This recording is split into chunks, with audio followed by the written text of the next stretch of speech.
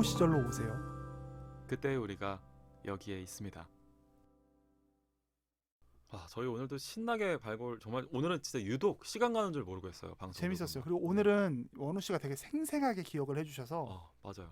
굉장히 장면 하나하나를 구체적으로 얘기를 많이 너무 많이 말한 건 아닌가 싶기도 아니, 하지만 뭐 재밌었어요. 그래서 네. 다시 여러분들께서 복귀하시기에 좀 편하지 않을까 이런 생각을 저희 다음 합니다. 영화는 이제 뭐 하죠? 저희 이제 다음 영화를 말씀드리기로 했잖아요.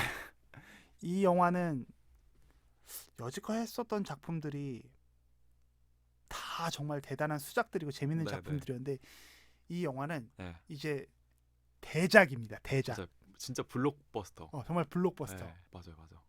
그리고 호우 시절의 정점이라고 할 수 있는 영화라고 생각해요. 네네네. 그 시기적으로도 그렇고 영화의 규모나 스케일상으로도 그렇고 정말 너무너무 재밌었던 영화고 우리가 방송 중에 몇 번 얘기했어요. 사실. 그렇죠. 네. 제임스 카메론 감독의 네. 작품이죠. 네. 그 영화 1998년 개봉했던 되게 감질난다. 영화 타이타닉입니다. 드디어 이 영화를 저희가 이 영화를 다룰 역량이 될까요? 저희가 한번 다뤘던 배우 케이트 네. 윈슬렛과 맞습니다. 이제 드디어 나옵니다. 레오. 네. 레오나르도 디카프리오가 이때까지의 미모는 정말 네. 빛을 발하는 미모죠. 어마어마한 영화죠. 타이타닉은 이거 우리가 건드려도 될 만한 작품인가 싶은데 너무 대단한 작품이에요. 네, 맞아요. 이 영화가 그때 개봉할 때 이미 2억 달러였나? 그러니까 제작비가. 맞아요. 2억 달러면 얼마? 한 2천억 되는 거잖아. 그렇죠. 그때 90년대 말 기준으로. 와, 진짜 어마어마한 건데. 그런 한편으로 우리나라에서 개봉했을 때는 이거 안 보기 운동 벌어졌었잖아요. 그랬었나요? 이 영화 그때 우리 IMF 때여서 맞아. 헐리우드 영화를 봐서 해외 자본의 배를 불려주면 안 된다라고 하는 불매 운동도 있었어요. 그리고 90년대 후반에 어떤 스크린 쿼터라는 개념이 진짜 그렇지. 사회 문제가 되면서 맞아요. 우리 그런 얘기도 나눌 수 있을까 네. 이번에. 그랬는데 이 영화 타이타닉 어떻게 보셨어요? 저는 이 영화는 일단 극장에서 본 영화가 아니고 극장에서 안 봤어요? 네, 저는 이 영화를 VHS로 봤어요. 비디오 테이프로. 그래서 저한테는 정말 그러니까 건축학개론과는 또 정반대의 의미로 되게 멀리 있는 영화예요. 저한테는. 그래요? 네.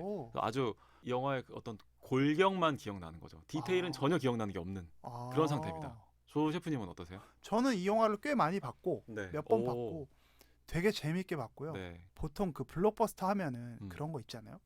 저는 어렸을 때 댄스 음악을 되게 되게 좋아하진 않았지만 좋아하면서도 댄스 음악 아이돌을 들으면 약간 가짱해 보일까봐 안 듣는 척했거든요. 맞아요.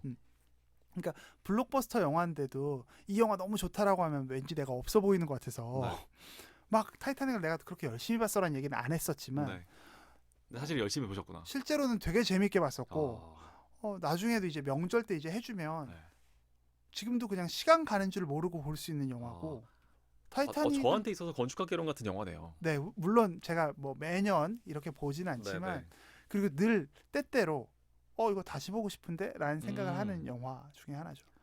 그러니까 어떤 영화예요? 이 영화 약간 지금 이제 발굴을 관점으로는 아직 보신 적 없으시죠? 없죠.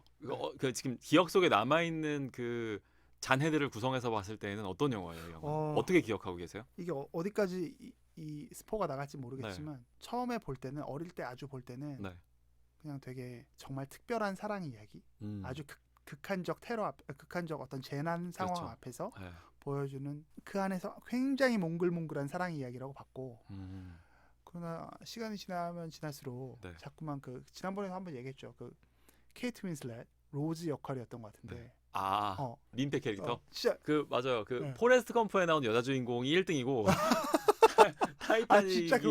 타이타닉이 2등이라는 얘기를 제가 들은 적이 있어요. 와, 정말 대단한 캐릭터인데 민폐 캐릭터. 민폐 캐릭터이자 한 남자의 인생을 수렁으로 몰아넣은 두 남자의 인생. 두 남자의 인생. 두 남자의 인생이죠. 거기서 이렇게 재벌집 네네네. 약혼남. 그럼에도 불구하고 되게 사실 영화에 몰입하면서 볼 수 있게 하는 기대된다. 굉장히 매력적인. 근데 제가 이렇게 좋아하면 저는 잘 발굴 못하더라고요. 아마 원우 씨의 어떤 객관적 시선이 또 좀 들어가야 될 것 같고. 저는 근데 진짜 오랜만에 거의 8월의 크리스마스급이에요. 저한테는. 다시 보는 그 정도가. 다만 많은 분들이 타이타닉은 좀 영화가 길어요. 그래서 혹시 기억이 안 나시면 한 번쯤 더 보셔도 좋을 것 같고 대신 개런티할 수 있는 것 같아요. 재밌다. 이 영화는. 그렇지. 이 영화는 약간 일단 큰 재밌다. 화면으로. 이거 넷플릭스에 있나요 지금? 있을 겁니다. 그러면은 있었던 뭐 것 같아요. 그죠. 아주 뭐 네. 나름대로 편안한 환경에서 네. 요새는 요즘은 또 TV랑도 연결이 많이 되니까. 요새는 영화 추천할 때 넷플릭스 마차에 있냐 없냐가 되게 중요하더라고요. 그렇죠. 네. 네. 웬만하면 저희도 거기 있는 걸로 걸로 지금 하는 하고 게 좋을 싶어요. 것 같아요. 네. 네. 한번 다음 영화도 기대가 좋습니다. 됩니다. 그러면 다음에는 넷플릭스에서 저희가 이제 타짜래 타이타닉이었는데 너무나 결이 다른 어, 두 정말. 영화를 정말 저희가 타이타닉으로 그럼 다음번 발굴 작업을 준비해서 또 돌아오도록 하겠습니다.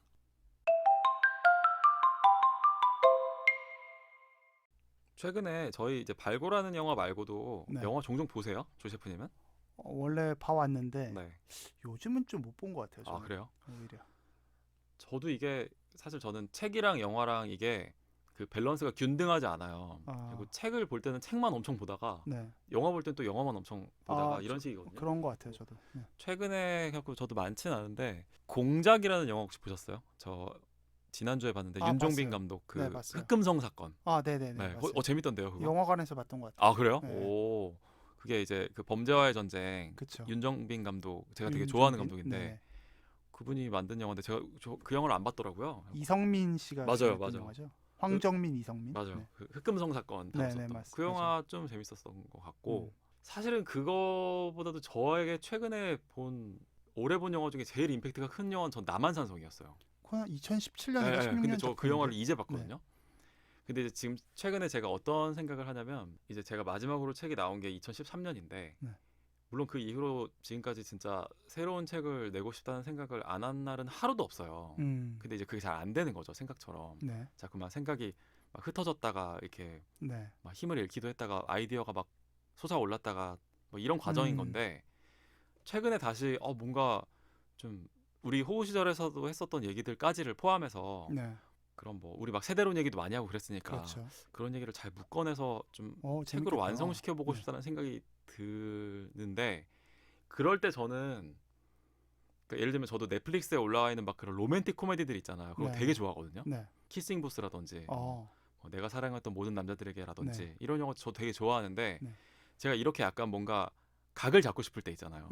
그럴 때는 저는 되게 진짜 좀 찐한 영화를 많이 보려고 하는 것 같아요. 그 앨범도 예를 들면 최근에 제가 마이클 잭슨의 데인저러스 앨범을 다시 들었어요. 정말 그 쫀쫀한 앨범 있죠. 그쵸. 처음부터 끝까지 엄청난 그 에너지가 느껴지는 그런 앨범을 들으면서 뭔가 대가들의 에너지를 좀 느껴보려고 하는. 근데 남한산성이라는 영화에서 그런 게 느껴지더라고요. 그 영화 참 잘 만들었어요. 그 감독이 누구였죠? 그 황동혁 감독이라는 분인데 네. 근데 이 영화가 이제 그 당시에 제가 이 영화를 안 봤었었는데 되게 보고 싶어는 했었는데 일단 김훈 선생의 소설을 그렇죠. 원작이고 네. 뭐 조선시대 전쟁 영화죠. 병자호란에 대해서 이제 얘기하는 맞습니다. 거니까 너무 재밌더라고요. 김윤석, 이병헌 뭐 배우진들도 너무나 훌륭하고 아주 연기 대결이 엄청나죠. 네. 그 어떻게 보셨어요? 그 저도 되게 기억나시는 재밌게 부분이 봤고 있다면? 그 남한산성이란 영화는 되게 잘 만든 영화라고 생각을 하는 게 저는 영화관 가서 봤거든요. 그때. 근데 그 당시에 이제 평가가 그 사람들이 잘 만들었는데 재미없다. 나 너무 재밌던데. 뭐 이런 평도 있었어요. 근데 제가 일부 잘못 읽었는지 모르겠지만 남한산성이 조금 지루한 영화다라는 평을 좀 듣고 저는 가서 봤는데도 불구하고 굉장히 몰입해서 봤고 맞아요. 전 너무 재밌었어요, 진짜. 물론 약간의 사실과 다른 부분들은 좀 있죠.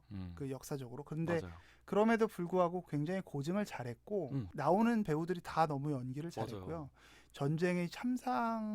전쟁의 참상이라기보다는 사람들의 어떤 논리를 잘 전개했었던 걸로 기억이 나요. 논쟁하는 또 부분이 되게 아주 인상 깊게 마치 연기 대결을 하는 것처럼 아주 섬뜩한 예리한 칼날이 서로 왔다 갔다 하는 느낌이 들어요. 그러니까 상황 설명을 드리면 병자호란이 일어나서 일단 전쟁이 되게 수세에 몰리고 그쵸. 지금 이제 중국은 명나라에서 청나라로 옮기는데 그 정권이 바뀌었는데 조선은 명나라를 섬기는 나라지 청나라를 섬기는 나라가 아니다라고 하는 상황 속에서 이제 민족이 다른 거죠. 여진족 라인이니까 맞아요. 우리는 한족을 섬기는 그 조선 사대부들의 입장에서는 청은 오랑캐인 거죠. 그쵸. 지금 청나라는 오랑캐가 잠깐 접수한 괴뢰 정권인 거고 우리는 거기에다가 고개를 수그릴 수 없다고 보는 게 이제 그 예조 판서 김상원으로 이제 연기하신 김윤석의 입장이고 맞아요.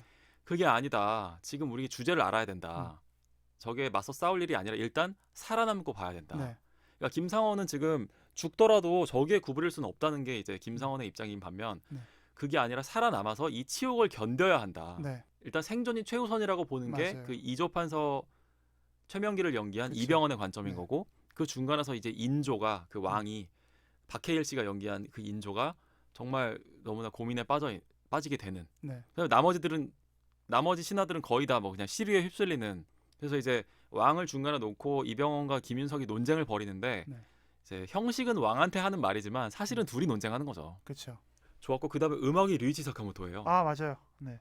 제가 아주 좋아하는 원우 씨가 아주 좋아하는. 제 인생에서 그 수많은 뮤지션들 중에서 네. 저의 인생에 가장 큰 영향을 준 사람은 류이치 사카모토거든요. 단순히 음악이 아니라 그 사람의 어떤 삶의 방식에까지도 전 영향을 받은 사람인데 그분이 음악을 해서 사실은 저는 영화 보기 전에 OST를 먼저 들었었어요. 네, 네. 근데 그래서 음악을 오히려 더 잘 알고 있는 상황에서 이 음악을 여기다 이렇게 썼구나. 그 삼전도의 굴욕 장면에서 네네. 뭐 메인 테마를 썼다든지 이런 것들이 또 보여지고 했을 때 시사카모토 전시회를 뭐 몇 해 전에 한번 했던 것 같은데. 그래서 맞아요. 뭐 예, 피크닉인가 영화도 거기서. 그래서 맞습니다. 그때 한번 가서 볼 때 그 장면이 있었던 게 기억이 나고요. 그래서 저는 이 영화 얘기를 또 근데 왜 꺼냈냐면 그 김상원이라고 하는 인물이 정말 그 조선 사대부의 절개를 상징하는 인물이잖아요. 네. 처음에 뱃사공의 목숨을 빼앗으면서 이 영화가 시작한단 말이에요. 아 맞아요. 이제 좀 생각나요. 네, 이 영화의 그 김상원이라고 하는 캐릭터가 그 뱃사공을 죽이는 이유는 너는 조선인인데 네.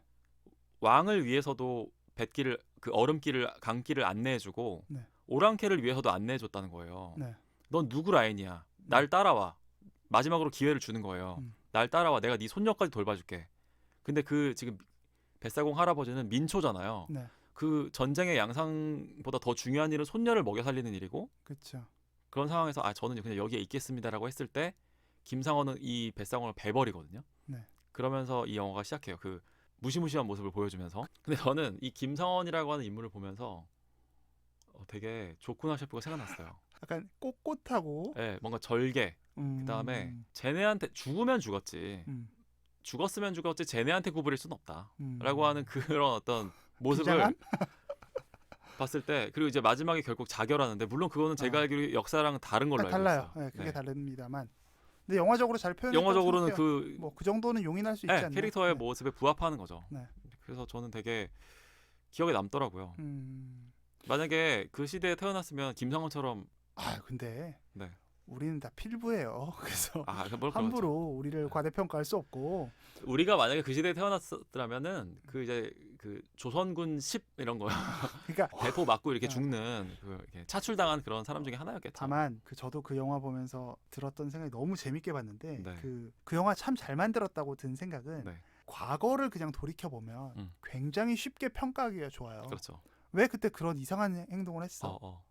이해되지 않는 거거든요. 결과를 다 알고는 임진왜란 때도 전쟁이 날 것 같다라고 해서 그렇죠. 막 뭐 어떤 사람은 일본이 지금 준비하고 있다. 그 전망이 네, 맞아, 그 전망에 맞아. 대해서 네. 이걸 막 이야기하면서 왜 그거를 제대로 방비하지 못했냐? 그치. 말은 쉬운 거죠. 라고 우리가 역사적으로 얘기할 수 있지만 사실 그 시대 때는 또 그 시대의 가치관과 세계관이 전혀 다르기 때문에 그렇지. 모르는 거거든요. 근데 맞아. 그 부분을 남한산성은 굉장히 몰입할 수 있게 잘 조명한 거죠. 정말 고민되게. 예, 최명길과 김상원이 둘 다 억지가 아닌 거예요. 맞아요. 그리고 둘 다 너무 좋았던 건 사익을 위해서 주장한 게 아니에요. 맞아. 서로 인정해줘요. 그리고 서로 인정해주고 생각이 그렇게 다른데도 생각이 다를 뿐인 거지 각자의 논리가 굉장히 치열해요. 그래서 그거를 보고 있으면 저는 마치 철학 논쟁을 보는 것처럼 철학 논쟁이죠. 맞아요. 정말 재밌게 봤고 이 영화는 가능하다면 우리가 한번 다시 발굴을 해봐도 재밌을 것 같아요. 근데 진짜 이 영화는 번외편으로 조셰프님이 이거 발굴하면 진짜 잘할 것 같아요. 그리고 저는 할 말도 되게 많을 것 같아요. 저희 남한산성 진짜 한번 다뤄볼까요? 남한산성을 한번 다뤄보는 건 좋죠. 왜냐하면 정치에는 싹 드러낸다 할지라도 그 시절의 역사에 대해서 좀 이야기해볼 수도 있고 저희가 너무 또 호우 시절이란 영화가 예전에 어떤 원형을 다루는 거잖아요. 어떤 새롭게 모델링 됐던 거를 다루는 건데 남한산성 같은 경우는 그러니까 현대에 만들어진 모델링은 아니니까 그 옛날의 역사를 한번 돌아보는 것도 좋을 것 같은데 여러분들의 의견을 또 물어야 되나? 남한산성 다뤄도 되나요? 약간 결국엔 우리도 이재훈이랑 똑같아. 하고 싶은 대로 할 건데. 근데 이제 일단 그 어떤 절차는 거치는 느낌으로서. 근데 그런 건 있어요. 사실 호우 시절 통계를 보면 그래도 여자분들이 더 많이 여성분들이 더 많이 들으시거든요. 근데 이 남한산성이라는 영화에는 여성이 안 나와요. 나루라는 여자 꼬마애 빼고는 여성 관객들이 좀 감정이입할 수 있는 여지가 좀 적나라는 생각이 들기도 하고 맞아요. 네. 너무 남자 냄새만 풀풀 나는 영화여서 좀 우리끼리만의 그런 게 되지 않았으면 좋겠다는 마음도 드는데 뭐 하여튼 저희가 고민해 보겠습니다. 그렇죠. 저는 말은 그렇게 하지만 조 셰프님의 이런 정치적 성향과 그 현대사에 대한 관점과 그 지금 정세에 대한 이런 판단을 막 끌어내는 게 저의 그래요? 관심이 있거든요. 저를 어떻게 십자가에 매달고 싶으신가요? 네. 찌질한 사람으로 만들었으면 됐지 뭘 어디까지. 기대가 됩니다. 어쨌든 저희 오늘도 시간이 좀 남아서 잡담 한번 해봤는데요. 다음번 녹음해서 결과를 한번 내보도록 하겠습니다. 오늘은 힘들었지만 내일은 괜찮을 거예요. 감사합니다. 감사합니다.